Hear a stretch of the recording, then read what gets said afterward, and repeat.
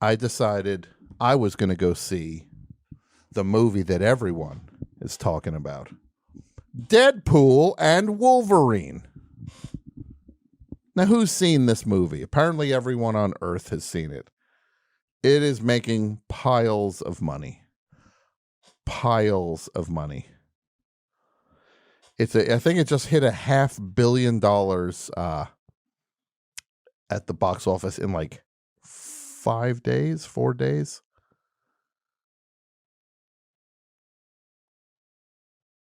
Mike, did you see Deadpool and Wolverine? I was waiting for the crowds to die down. Yeah, you'll be okay. Because they're showing it. Every theater has 60 showings of it. So it's so diluted by this point. I just want to say this about this movie. I've seen plenty of superhero movies. Plenty of the Marvel movies. I've seen the first Deadpool movie and the second Deadpool movie. The first Deadpool movie I thought was okay. The second one I remembered thinking was, oh, that was kind of fun. Maybe it was a little bit better than the first one, a little funnier or whatever.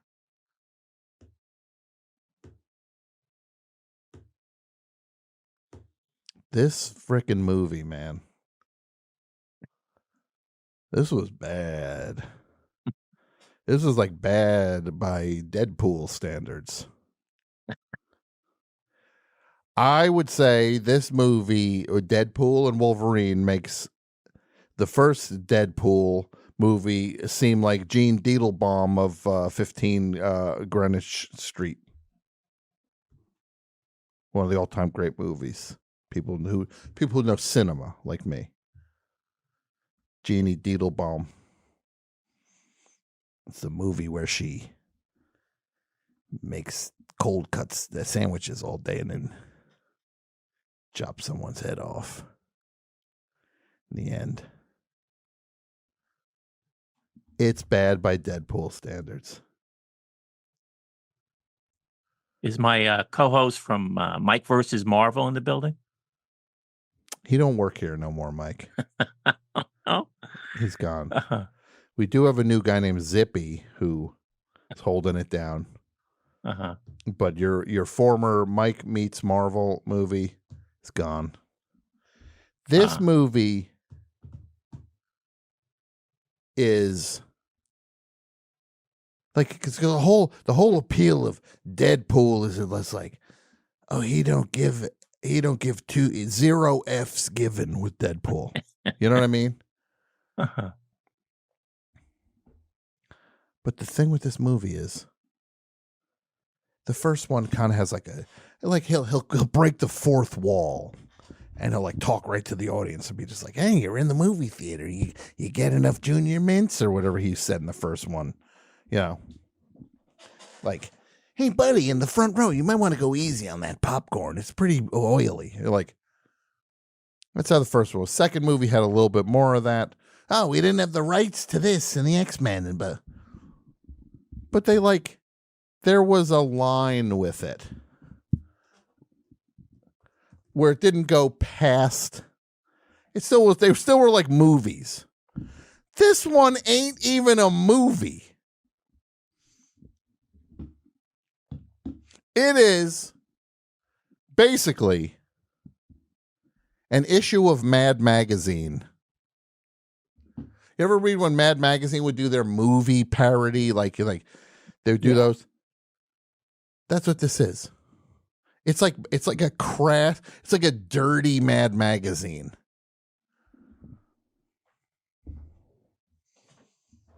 Oh my! It was. The Marvel. Disney bought Fox, and now we got this. It's like, what am I? Nikki Fink? I care about this stuff, right? My Nelly Andriva. Tell us about the audience. Sandy Kenyon? Am I Sandy Kenyon? What am I, in the back of a cab? Did you get the special popcorn ball? They were out of it, and people were mad at the snack bar, at the concession stand. So they're already in a bad mood. 2 people were Perfect. mad. Yeah. And I went to see this thing. I had a gift card. Say I said gift card because I'm a Ute.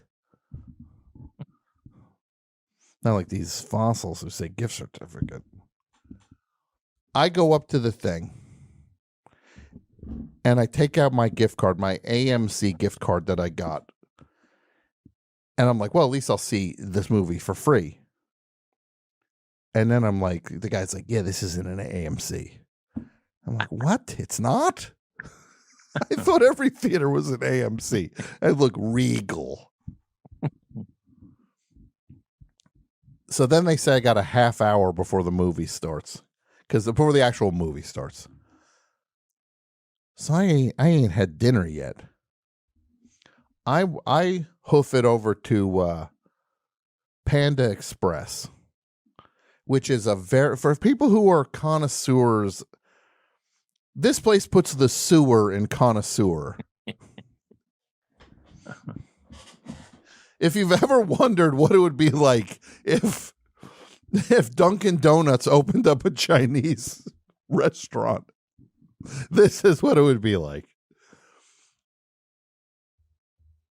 And you know what they call the expresses because everybody's running off to the toilet after they take 2 bites of this food.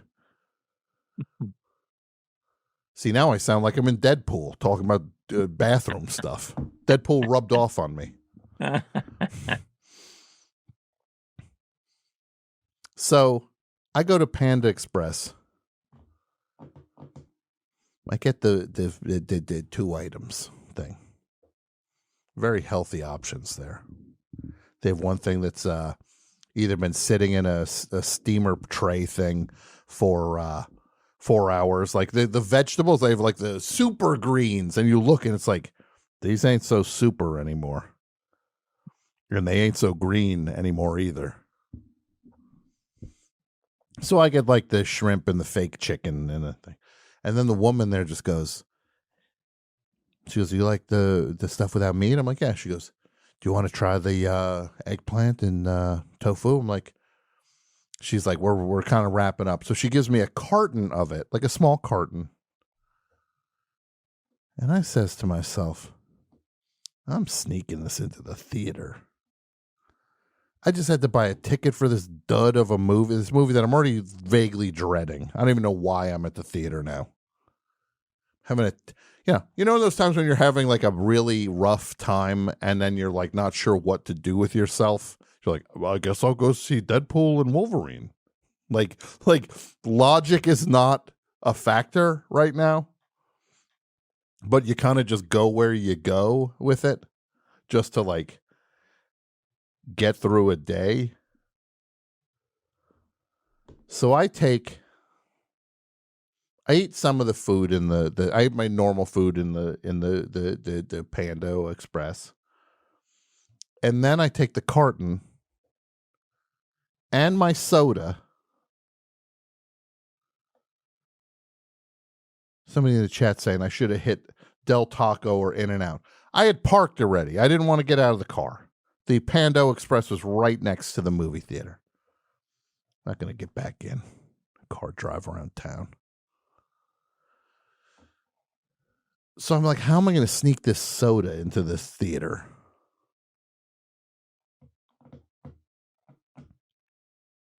So what I did was I started a fire. No, I had my hoodie with me.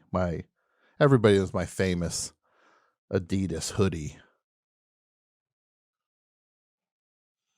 I took my Adidas hoodie and I had my notebook with me because I was trying to write my schedule things down and stuff because just trying to keep track of everything because, again, not a great week. Got to write it down or I'll forget it.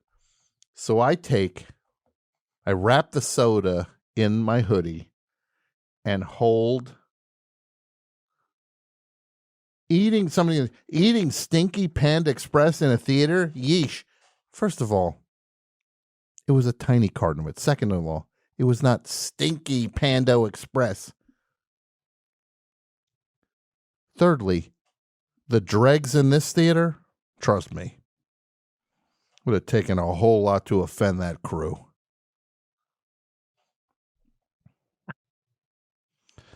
So I take my hoodie, I wrap the soda in the hoodie and just kind of bunch it under my arm and then like hold my notebook on top of it. And then I see the guy, I'm going to get my ticket torn. And so I do the thing that this is what you do in things like this. You go on the offensive. I have my ticket. I go, hey, what theater is this now? Distract him. You just keep him on his toes so he can't. Theater 3. Yeah, where's that? Oh, down that way on the left. Thanks. Because the secret of life is he doesn't care. Yeah. He just doesn't want to openly see me walk in with the Pando Express soda. So I went in.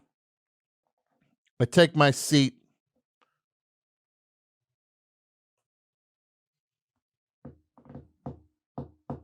And boy, oh boy, with this movie.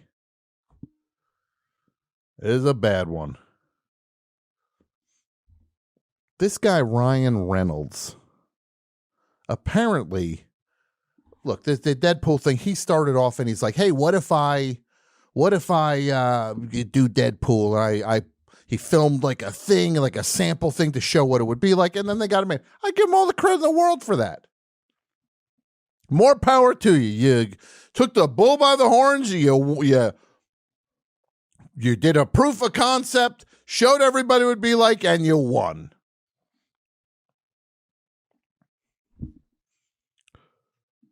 Bully for you. But I'll tell you now, this guy thinks we're all in love with him. Mm-hmm. And that we are thrilling to every piece of minutia that Deadpool, quote unquote, throws out. Mentioning Gossip Girl because his wife is Blake Lively from like Deadpool says at one point, there are 174 bones in the body, 175 if I'm watching Gossip Girl. And you're like, first of all, it's a show about children. That's weird. Deadpool. It's a show about high school students. A little troubling, Deadpool.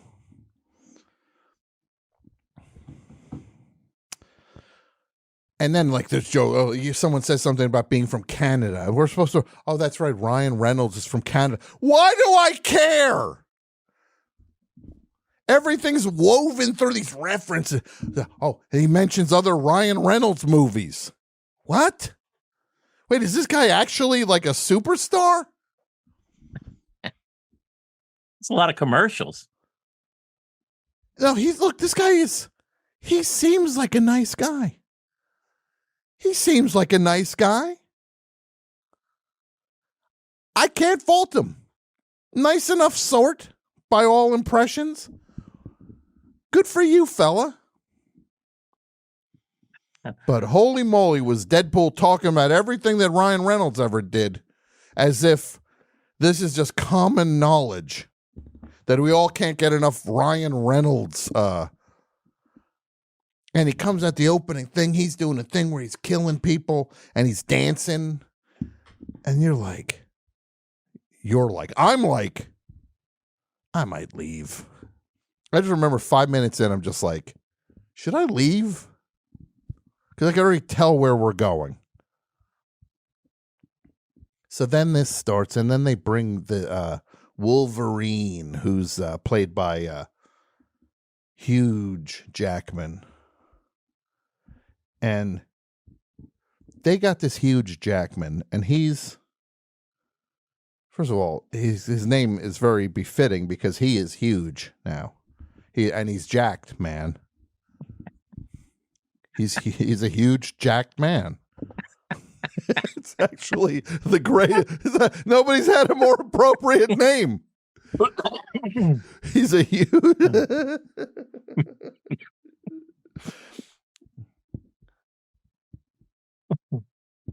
So he comes out and he's all rough and he's mad. He's all crabby, but now he's just cursing up a storm. You know what I mean? He's F this, F that. As if like we all are like thrilled about oh, he cursed. I can't believe he cursed. There's so much cursing in this movie. Isn't the R rating what distinguishes the Deadpool movies from the other ones? Yeah. No, these are supposed to be raunchy with the cursing and jokes about things that like they make jokes about cocaine all the time as if like that's like uncharted territory. Yeah, what about Bolivian marching powder? What about a little booger sugar and all things? It's like, what? This is, who's laughing at this? Who's laughing? It's really like a bad issue of Mad Magazine. You know what it reminds me of? It's like this movie is what those Eminem albums were from 20 years ago were to music. This is to movies. It thinks it's really funny. It ain't that funny. It's really impressed by itself, and it's super popular. And I'm outside looking in. Because look, I always thought Eminem sucked. Look, I know people, the songs that everybody knows are terrible. It's the ones on the albums that are great. Oh, really? Okay, sure. Well, it certainly seems like there's a whole lot of bad, corny ones. It's like when Harris Whittles was trying to tell me about Fish. He's saying, like, well, listen to this one song. 15 minutes in, it sounds like The Who. Well, then I'll go listen to The Who because 1 second in The Who sound like The Who. So you say, I resent party animals. No, that's the thing. These are not party animals. The way they were talking about cocaine, it sounds like nobody knew what cocaine was in this thing. They knew the idea of cocaine and that it's outrageous. These are not party people. These are people trying to pretend to be party people. Where'd I learn that from? The guy at the airport who slipped me a piece of candy told me about this a week before I saw the movie. No, no, it's like, it's weirdly square also, because it's all like, and also, it's a movie with, you got the Wolverine and you got Deadpool, and they both regenerate. Well, that's a fun movie. I wonder what'll happen when neither of them die.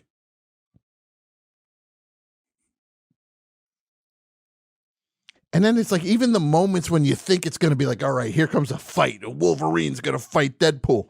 Then all of a sudden, like, Deadpool has to turn to the camera and go, hey, you might want to get your, like, he makes some pant manipulation reference to guys to get ready for the most exciting thing they ever saw. And he always makes a reference to, like, a sock, which is like always another cliche of, it's all cliches of like dirty stuff and sleazy stuff.